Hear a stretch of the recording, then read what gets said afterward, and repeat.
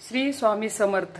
आज रेसिपीमध्ये तुम्हाला मी मधल्या वेळेत खाण्यासाठी अशी मस्त चटपटीत भडंग मुरमुऱ्याची करून दाखवणार आहे। बघा, अशा पद्धतीने खूप सुंदर चव लागते आणि सिंपल घरच्या साहित्यापासून बनवलेली आहे। खूप छान लागते हे बघा आणि मस्त अशी कडक कशी होते। चला मग आपण वेळ न घालवता रेसिपीला सुरुवात करूया। इथे 1 किलो मुरमुरे घेतलेत मी, असे ताजे मुरमुरे आहेत बघा। भडंग बनवण्याकरता मस्त असे ताजे मुरमुरे घेतलेले। तुमच्याकडे थोडे नरम असले ना, पावसाळ्यात नरम होतात, तर तुम्ही गरम करून घेऊ शकता। तेव्हा किती छान आहे, आवाज किती छान लागला।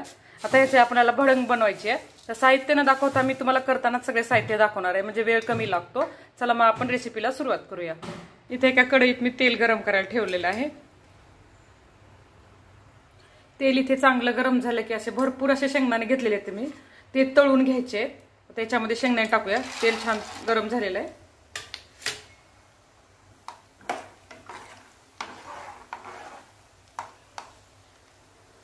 शेंगदाणे छान आपले तळायला लागलेत बघा, आवाज किती यायला।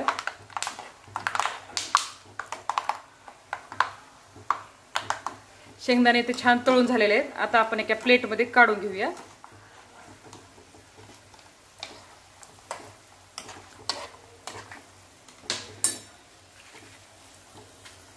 शेंगदाणे इथे बाहेर काढून घेतले मी, तेलाचं छान तळून झालेले। आता बाकीचं साहित्य तळून घेऊया आपण। गॅस कमी करून घ्यायचे। याच्यामध्ये आपल्याला डाळवं तळून घ्यायचे। डाळवं लगेच तळल्या जातात कारण की भाजलेले असतात। तुम्ही फुटाणे पण म्हणू शकता याला। थोडंसं तळलं की पटकन काढून घ्यायचं।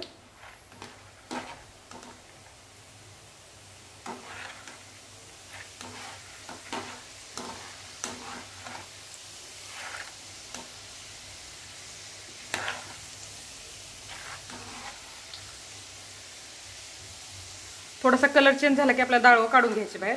हे बघा, आता हे डाळवं काढून घेऊया। तळून झाले छान। आता हे डाळवं मी तेलाच्या बाहेर काढून घेते। छान तळून झालेले।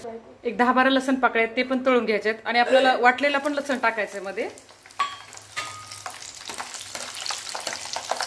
लसण पण छान तळून झालेले आहे। आता हे पण तेलाच्या बाहेर काढून घ्यायचं।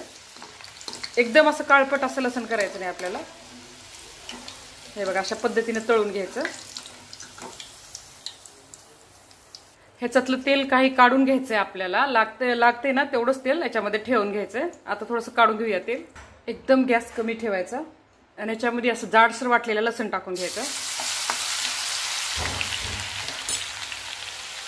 भरपूर असा कढीपत्ता, एक 4-5 लसण 4-5 वाळलेल्या मिरच्या आहेत, ते कट करून ते पण टाकायचे।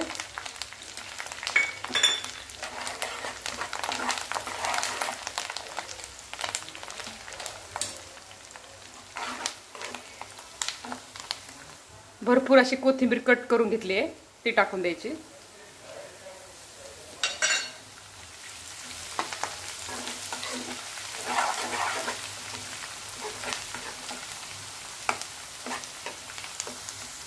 लसण, कढीपत्ता, कोथिंबीर आणि वाळलेली मिरची छान भाजून झालेली आहे। त्याच्यामध्ये आपण आता लाल तिखट वगैरे टाकून घेऊया। 1 चमचा भरून काश्मीरी लाल तिखट टाकत आहे मी। साधा अर्धा चमचा लाल तिखट आपलं रोजचं वापरायचं। काश्मीरी लाल मिरची कलर सुंदर येतो म्हणून टाकलेला आहे। तुम्हाला चवीनुसार टाकू शकता, मीठ चवीप्रमाणे।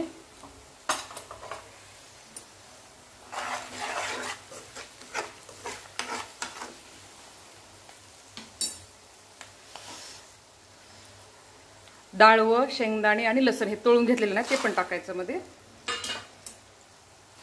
मिक्स करून घेऊया। भडंगला हळद वापरत नाही, शक्यतो तुम्हाला आवडत असेल तर वापरू शकता।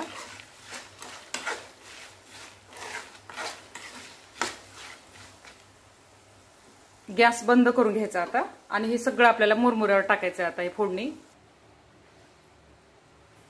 फोडणी आपल्याला मुरमुऱ्यावर टाकून घ्यायची।